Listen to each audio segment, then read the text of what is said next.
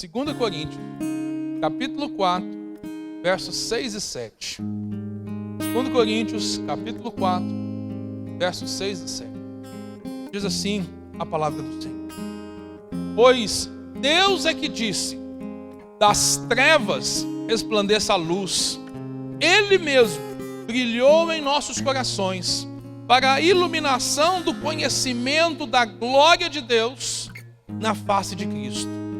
Mas temos esse tesouro em vasos de barro, para mostrar que este poder, que a tudo excede, provém de Deus e não de nós. Pai, nós cremos, ó Deus, que tudo vem do Senhor.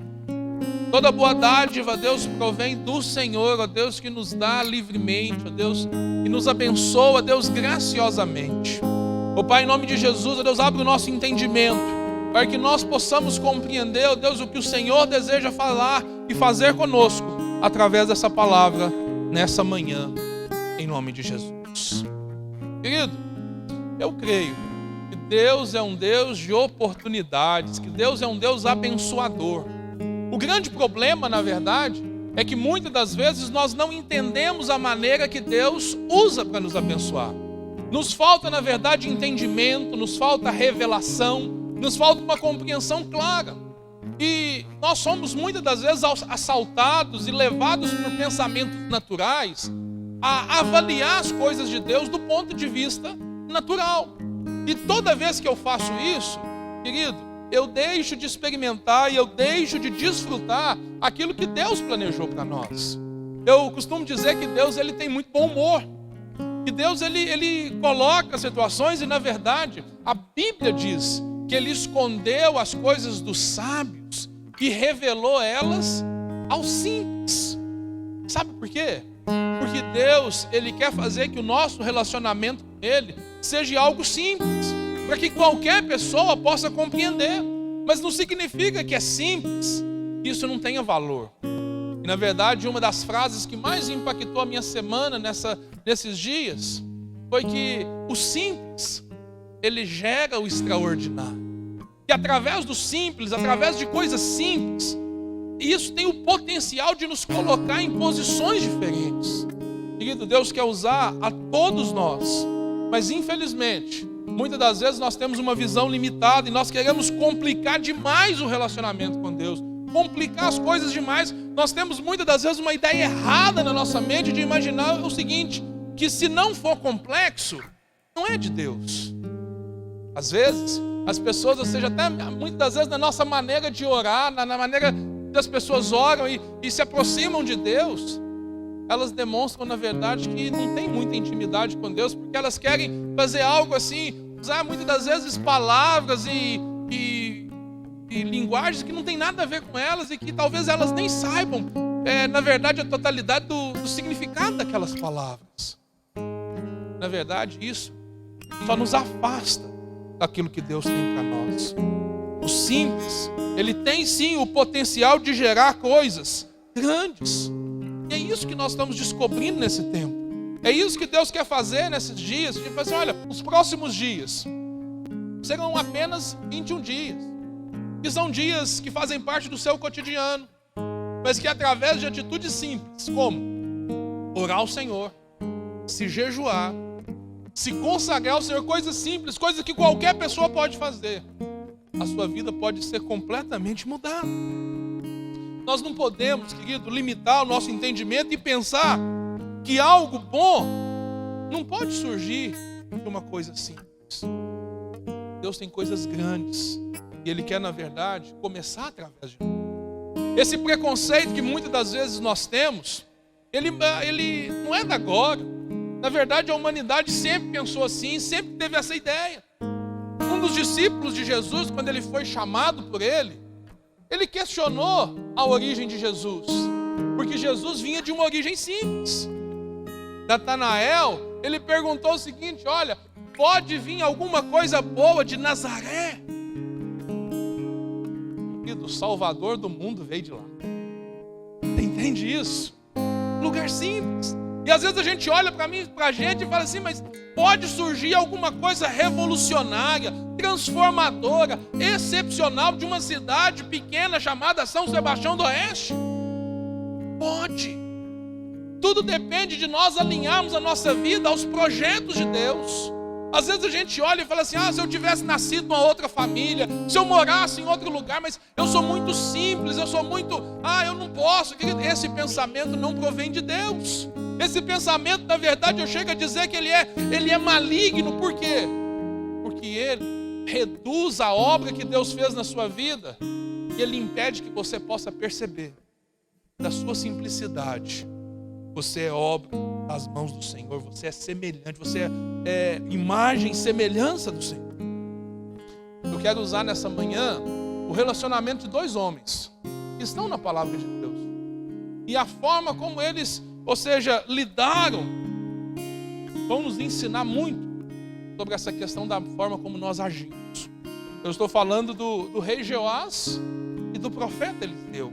Agora sim, a sua Bíblia, por favor, em 2 Coríntios, capítulo 13, verso 14. Deus quer destravar coisas poderosas nas nossas vidas hoje, amém? 2 Reis, capítulo 13, versos 14, a partir do verso 14. Diz o seguinte, o texto da palavra de Deus.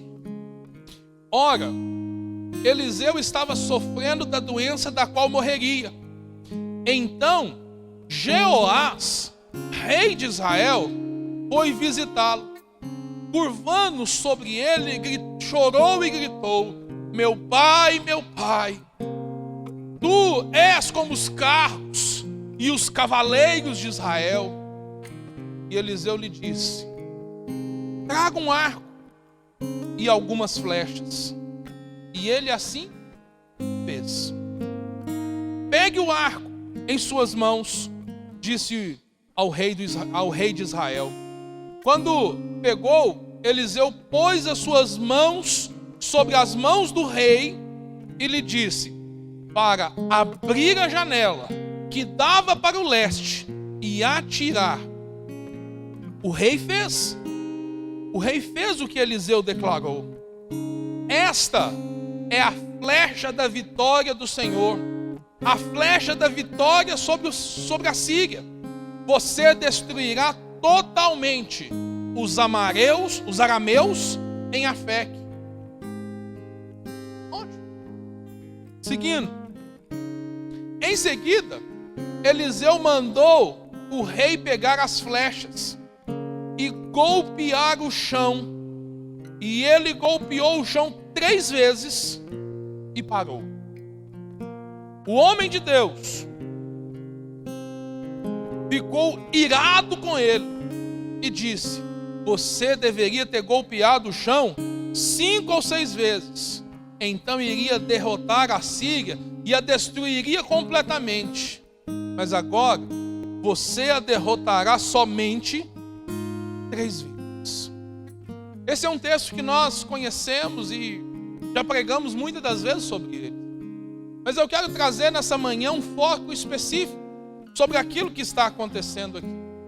E a primeira coisa que eu quero falar com você nessa manhã é que Deus é um Deus de oportunidades. Você pode dizer isso para você mesmo agora? Você dizer assim: Deus é um Deus de oportunidades. Diz aí, por favor. Deus é um Deus de oportunidades. O momento que antecedeu a morte de Eliseu, nesse momento, o rei Joás teve a maior oportunidade da vida dele. E Eliseu recebeu e lhe deu algumas orientações em relação a isso. Agora, você imagina a situação. O rei de Israel vai visitar o profeta Eliseu que está para morrer. E por que ele vai visitar? Querido, a maioria das pessoas entende que, na verdade, a maioria das pessoas só buscam Deus quando estão precisando. E no Antigo Testamento, os profetas, eles representavam a figura de Deus. Porque Deus trabalhava através deles e ministrava através deles. O fato do rei ter ido buscar Eliseu prefigura que ele estava buscando, na verdade, não a figura física de de Eliseu tão somente, mas aquilo a que Eliseu fazia, aquilo que ele servia. E na verdade a gente percebe que na nossa vida natural, muitas das vezes é assim. Os momentos que nós temos de mais intensidade com Deus, de busca com Deus, são momentos de dificuldade que nós estamos passando. E o rei Jeoás está vivendo um momento de ameaças. A Síria está ameaçando Israel e eles estão ali se propondo a uma batalha. Mas naturalmente, do ponto de vista natural, Israel é muito mais fraco. E aí, ou seja, ele vai buscar no Senhor, ele vai buscar em Eliseu, e ele chega diante de Eliseu e ele clama: meu pai, meu pai. Essa é uma referência que a gente precisa entender, que na verdade ele está se submetendo à figura de Eliseu. E Eliseu o recebe. E o que Eliseu faz? Lhe dá instruções. Instruções claras, objetivas e extremamente simples. O rei, diante de Eliseu, Eliseu lhe diz: olha, traga um arco com algumas flechas. As aljavas, naquela época que eles utilizavam, traziam uma média de 6 a 10 flechas, quando muito. E o que Eliseu faz? Ele traz as flechas. Ele pega o arco, pega a flecha. A segunda orientação foi para que o rei Jeoás pegasse o arco em suas mãos.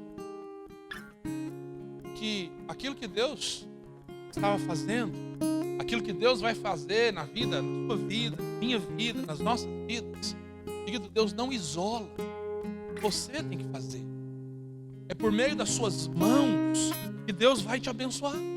Deus vai potencializar aquilo que Ele já colocou dentro de você, para que a bênção possa ser gerada na sua vida.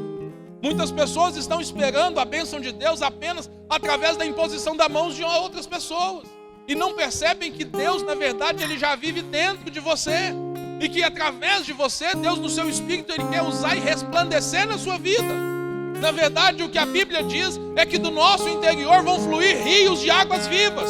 É do nosso interior, é de dentro para fora. O profeta coloca as mãos nas mãos do rei e disse ao rei, quando pegou, Eliseu pôs as suas mãos sobre ele e disse ao rei para abrir a janela que dava para o leste. Eu queria que você focasse comigo nessa manhã, nessa situação, janela. Querido, a janela para nós aqui, ela representa, na verdade, para o rei Joás também, representa o quê? Oportunidade. É você olhar para aquilo que está fora do lugar onde você está inserido. É para você olhar fora da caixa. É para você olhar para aquilo que, às vezes, aquilo que você está vivendo, você não percebe que existe um todo que é muito maior do que aquilo que você está vivendo. E que, às vezes, na verdade, é necessário a gente dar um passo para trás, para a gente ter uma visão melhor do lugar onde nós estamos. O profeta manda ele olhar para a janela, abrir a janela. Janela para nós aqui é oportunidade. Agora, são momentos de oportunidade. Talvez uma das expressões que eu já usei aqui várias vezes é que esse tempo é uma janela de oportunidade. É uma janela de oportunidade para mim, para você. Podemos experimentar e desfrutar daquilo que Deus tem para nós. Deus estava, na verdade, abrindo uma janela de oportunidade para o rei Joás. E aqui a gente não percebe. Talvez você não conheça a história do rei Joás. Mas o rei Joás não era nenhum santo. O rei Joás não era um homem segundo o coração de Deus. E na verdade Joás estava vivendo fora da direção de Deus.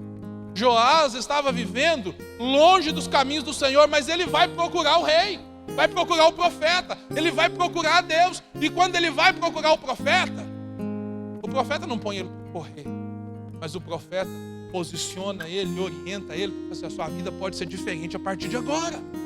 A sua vida pode ser diferente a partir de agora. Porque às vezes a gente acha que Deus só abençoa aqueles que são certinhos. Querido, o que é isso? Isso mostra para nós a misericórdia de Deus, a graça de Deus na vida do rei Joás. E essa graça, ela é super abundante no nosso tempo e nas nossas vidas. Deus quer nos abençoar da mesma forma. ao longo de toda a Bíblia, a gente vai perceber o quê? Que janelas são usadas para abençoar o povo de Deus. O texto que eu li aqui na oferta dizia o quê? Que a resposta à nossa fidelidade é o quê? São janelas abertas, com portas abertas sobre as nossas vidas. Agora entenda o seguinte: ele mandou o rei pegar as flechas. E o rei fez o quê? Pegou as flechas, abriu a janela, lançou a flecha.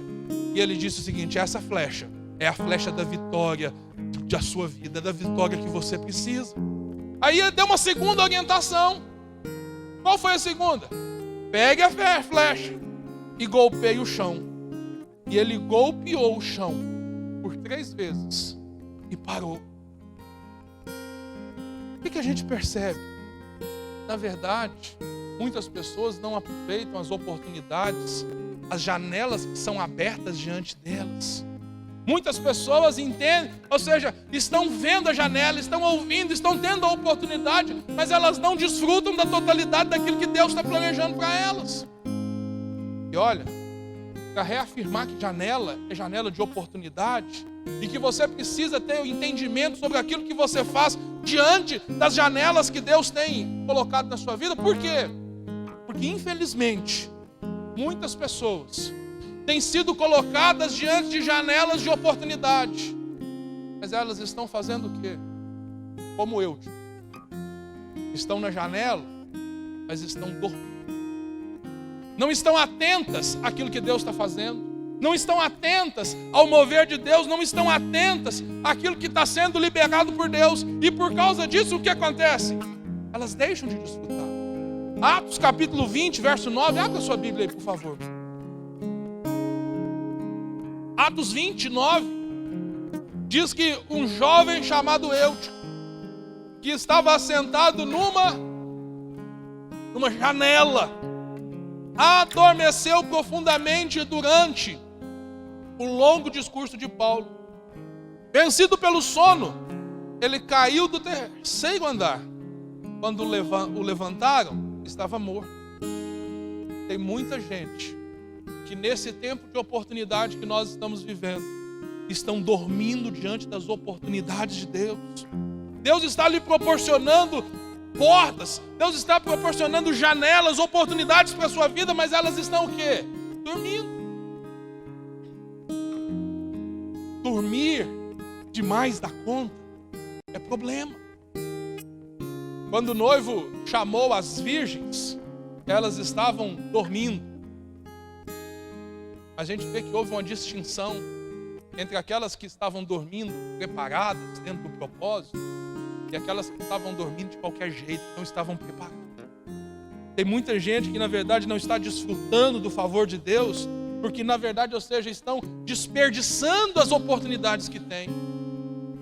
Isso pode levar, na verdade, a consequência desse desperdício pode ser a morte espiritual. Existem muitos que estão mortos espirituais no nosso tempo. Agora, percebe o seguinte: a graça de Deus, a misericórdia de Deus, ela é tão grande, que mesmo esse Eutico que estava dormindo, o que aconteceu com ele? Que estava desperdiçando a oportunidade. Qual oportunidade? Querido, ele estava ouvindo o apóstolo Paulo. Querido, ele estava ouvindo pessoalmente o apóstolo Paulo, escritor de 13 cartas do Novo Testamento, com alguém que, ou seja, que viveu uma vida assim, fantástica na presença de Deus. E ele estava lá, tendo a oportunidade de ouvi-lo, mas estava dormindo. Mas Deus foi misericordioso com Eutico, e ele deu a oportunidade, uma nova oportunidade para ele reviver. Por quê? Porque alguém que não perdia a oportunidade, que é o apóstolo Paulo, estava lá. Para fazer o quê? Para ministrar vida sobre ele. Querido, nós perdemos oportunidades demais. Eu costumo dizer, querido, que o diabo não perde a oportunidade de trazer sofrimento, dificuldade sobre a sua vida. Mas muitas das vezes nós perdemos oportunidade demais.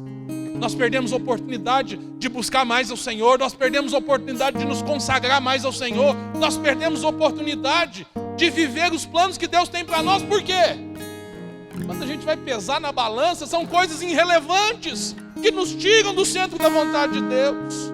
O chamado para nós nesse tempo, querida, não perca a oportunidade que Deus está lhe proporcionando. Não perca a oportunidade de desfrutar das promessas que Deus tem para você. Não perca a oportunidade de viver a sua vida alinhada com o propósito de Deus. Janelas abertas representam oportunidades aproveitadas. Ao ponto que janelas fechadas, por consequência, são o quê? Oportunidades desperdiçadas. Deus está chamando você hoje para, com as suas mãos, pegar diante dessa janela que está diante de você e abrir essa janela. E abrir essa janela. E olhar para aquilo que está fora da janela. Para aquilo que está para além da janela. Olhar para aquilo que é maior do que a sua visão pode ver. Olhar além dos limites que foram impostos a você e perceber o seguinte: Deus tem coisas grandes para você. E o maior limitador que existe no ser humano é a visão que ele tem a respeito de si próprio. Esse é o maior limitador.